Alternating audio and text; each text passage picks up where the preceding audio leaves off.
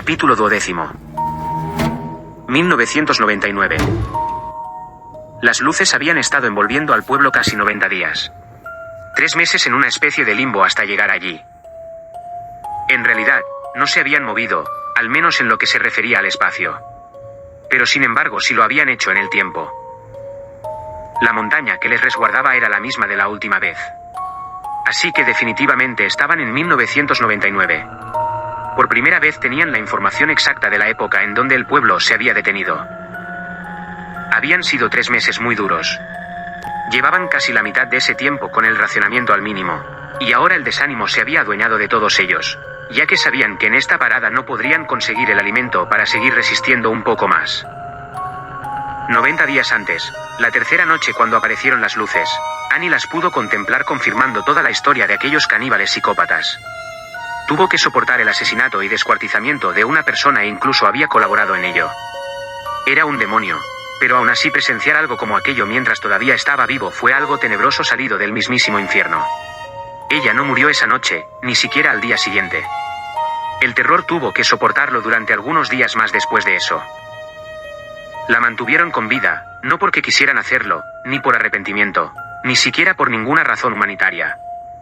La mantuvieron viva por razones sencillamente prácticas. El problema era la conservación de la carne. Cuando estaban dentro de ese extraño limbo, la temperatura solía estar entre 25 y 30 grados.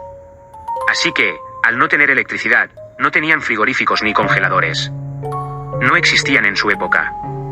Por aquel entonces la comida se solía conservar en nieve, y a falta de esta tenían otras técnicas.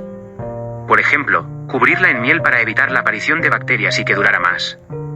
Ahumar la carne o salmuera, que consistía en mezclar agua y sal para así conseguir la conservación. Los lugareños usaban frecuentemente 2 métodos fundamentalmente. Conservarla en nieve, ya que disponían en la capilla de una especie de arcón, que llenaban de esta cuando estaban en una ubicación de clima frío. Pero cuando estaban en el limbo o en otro lugar con clima más caluroso no le quedaba más remedio que ahumarla. Con Annie habían decidido mantenerla viva hasta acabar con el cuerpo del hombre del lunar en el ojo. ¿Para qué iban a arriesgarse a estropear su carne mientras tenían el arcón lleno? Eso pensaron. Se equivocaron. Ese fue el error que les costó tener que pasar todo ese tiempo con las guarniciones al mínimo. La ataron y mantuvieron encerrada en una de las casas, para que no pudiese suicidarse arrojándose hacia las luces, o de cualquier otra forma que ideara, ya que escapar de allí era imposible.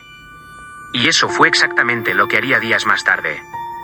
Conservando la navaja multiusos de Laura y que no descubrieron los lugareños, pudo liberarse de las ataduras y arrojarse a las luces verdosas que circunvalaba el pueblo. Su cuerpo se desintegró en apenas un segundo ajusticiando de alguna manera a esos caníbales intemporales. Lo único que lamentó profundamente es que Laura no lo supiera. Que viviera su vida creyendo que se la comieron. Pero finalmente no fue así.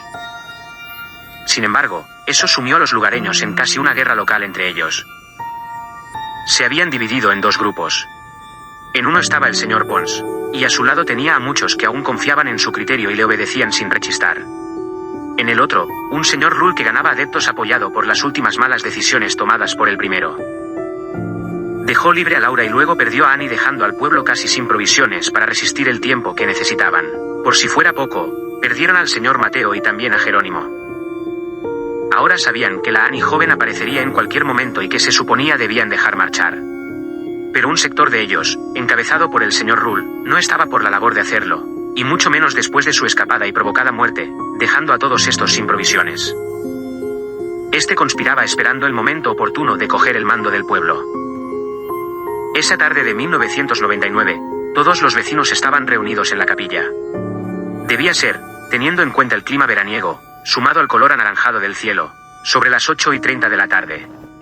Los saltos del pueblo a través del tiempo les hacía imposible una vez que se detenía, saber con exactitud la hora que era. Cuando estaban en ese limbo el tiempo era como si se detuviera. No había día y tampoco noche, solo una cúpula cubierta con una especie de rayos de un color verdoso.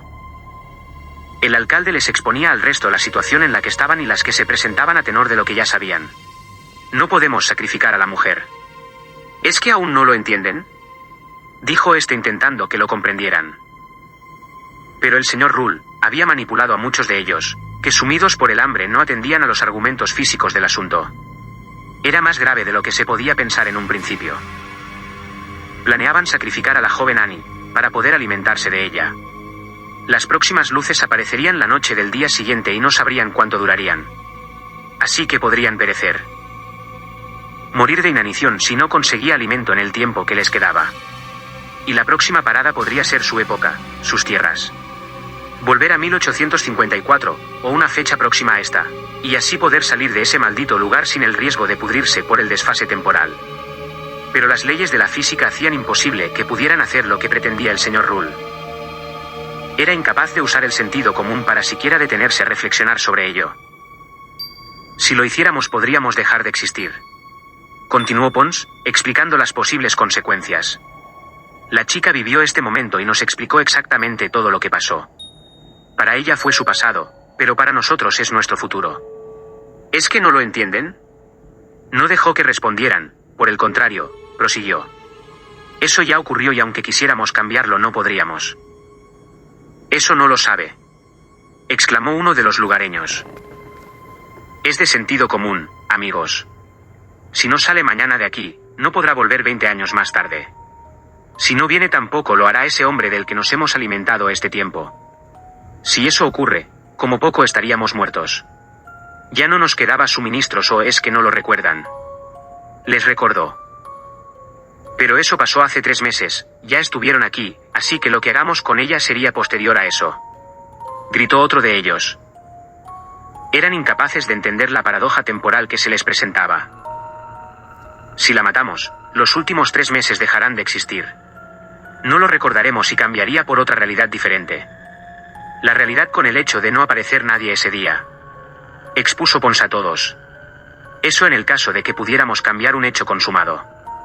¿Tan difícil es entenderlo? Dijo en un tono de voz enfadada. Luego lo cambió a uno más amigable y calmado para decir, amigos, en serio, sé que tenemos hambre y que el juicio a veces se nos nubla por este hecho. Pero de verdad, no podemos sacrificarla.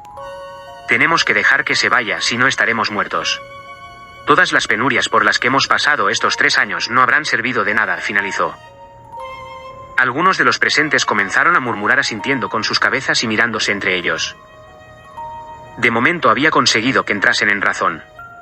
Pero estaba el señor Ruhl, y con él, cuestionándole, no sería una empresa fácil mantenerlo. Váyanse a sus casas y métense dentro. Ya encontraremos una solución. Dios no nos va a abandonar. Confíen en mí y confíen en Dios y verán cómo todo se arregla. Finalizó. De momento había conseguido calmar los ánimos. Todos hicieron lo propio y se metieron en sus casas.